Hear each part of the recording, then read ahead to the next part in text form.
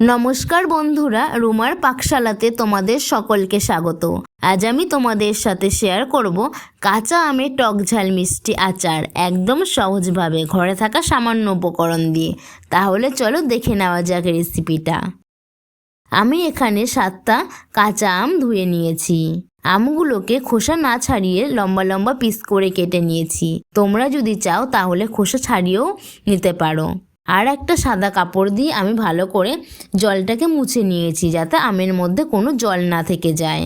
আর আচারে মশলা বানানোর জন্য আমি নিয়ে নিয়েছি 3টে শুকনো লঙ্কা, 2টো তেজপাতা, হাফ চামচ মেথি, 1 চামচ মৌরি, 1 চামচ ধনে, 1 বাটি চিনি নিয়েছি। তোমরা চিনির জায়গায় গুড়টাও ব্যবহার করতে পারো। আর ফোড়নের জন্য নিয়ে নিয়েছি 1টা তেজপাতা, 1টা শুকনো লঙ্কা আর হাফ চামচ মৌরি। এখন আমি আমগুলোকে মেখে নেব। অল্প পরিমাণ হলুদ গুঁড়ো দিয়ে দিলাম আর অল্প পরিমাণ লবণ দিয়ে দিলাম।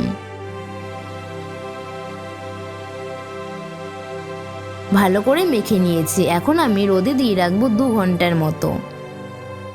এরপর আমি গ্যাস অন করে একটা তাওয়া বসিয়ে দিয়েছি।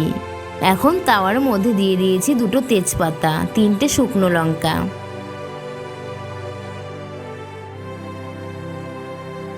ধনে।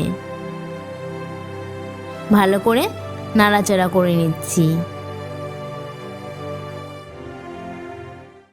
মৌরি,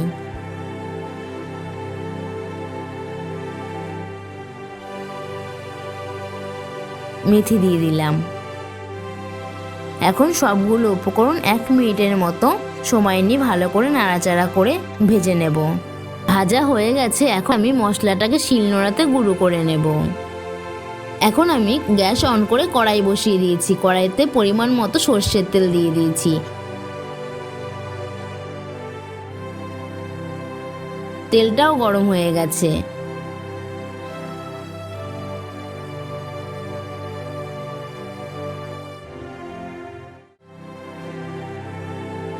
এখন আমি তেজপাতা দিয়ে দিলাম, শুকনো লঙ্কা দিয়ে দিলাম। তোমরা যদি চাও তাহলে সর্ষের তেলের বদলে সাদা তেলটা ব্যবহার করতে পারো। মৌরি দিয়ে দিচ্ছি। তোমরা যদি মৌরিটা না পছন্দ করো তাহলে মৌরির বদলে এখানে সর্ষেটা ব্যবহার করতে পারো।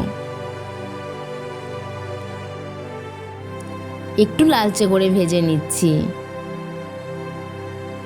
এখন আমি এর মধ্যে কেটে রাখা আমগুলো দিয়ে দিচ্ছি। আমি আমগুলোকে 2 ঘন্টার মতো রোদে দিয়ে রেখেছিলাম। তোমরা যদি না চাও তাহলে রোদে না দিলেও হবে। তোমরা এমনিও আচারটা বানাতে পারবে। একটু ভালো করে ভেজে নিচ্ছি।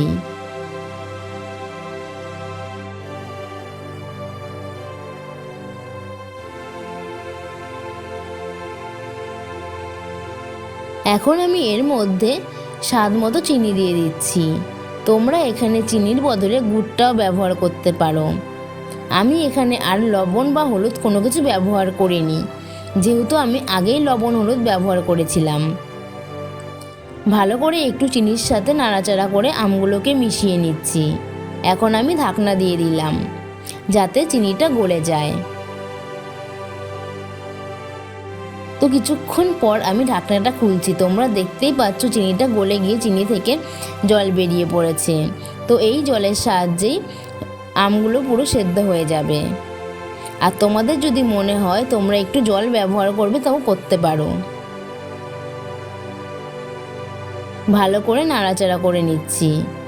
আর আমি তোমাদের একটা কাঁটা চামচের সাহায্যে দেখিয়ে দিচ্ছি যে আমগুলো ভেতর থেকে কতটা নরম হয়ে গেছে। তো এই চিনির শিরাগুলো এরকমভাবে রাখলেই আমের ভেতরে ঢুকে যাবে। তো আমি একটু কাঁটা চামচ দিয়ে ভালো করে মিশিয়ে নিচ্ছি যাতে ভেতরে চিনির শিরাগুলো ঢুকে যায়।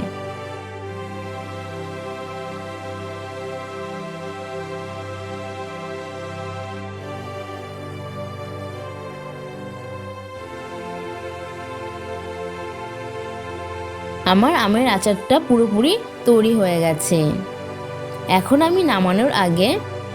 আমি নামানোর আগে ভেজে রাখা যে মশলাটা বানিয়ে রেখেছিলাম সেটা দিয়ে দিলাম। আমি এখানে পুরোপুরি শুকনো একটা আচার বানালাম। তোমরা যদি গ্রেভিটা চাও তাহলে অনেকটা আগে নামিয়ে ফেলতে পারো। তো আমের আচারটা আমার পুরোপুরি রেডি হয়ে গেছে। আমি একটা প্লেটের মধ্যে নিয়ে তোমাদের দেখাচ্ছি কতটা সুন্দর হয়েছে দেখতে। তো তোমরা দেখতেই পাচ্ছ। তাহলে বন্ধুরা, আজকে আমার রেসিপিটা যদি তোমাদের ভালো লেগে থাকে তাহলে অবশ্যই লাইক, কমেন্ট ও শেয়ার করো।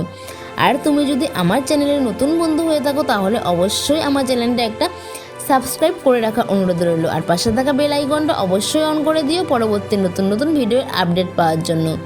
ধন্যবাদ।